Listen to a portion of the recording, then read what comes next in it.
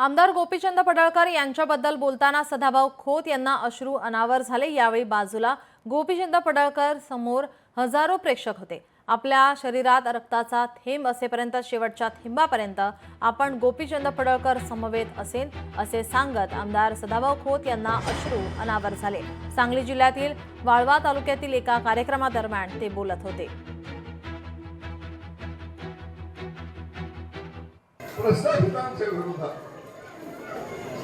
वाड्याच्या विरोधात लढलो, गरिबाच्या बाजूला पहार खाल्ला, तुम्ही आखलो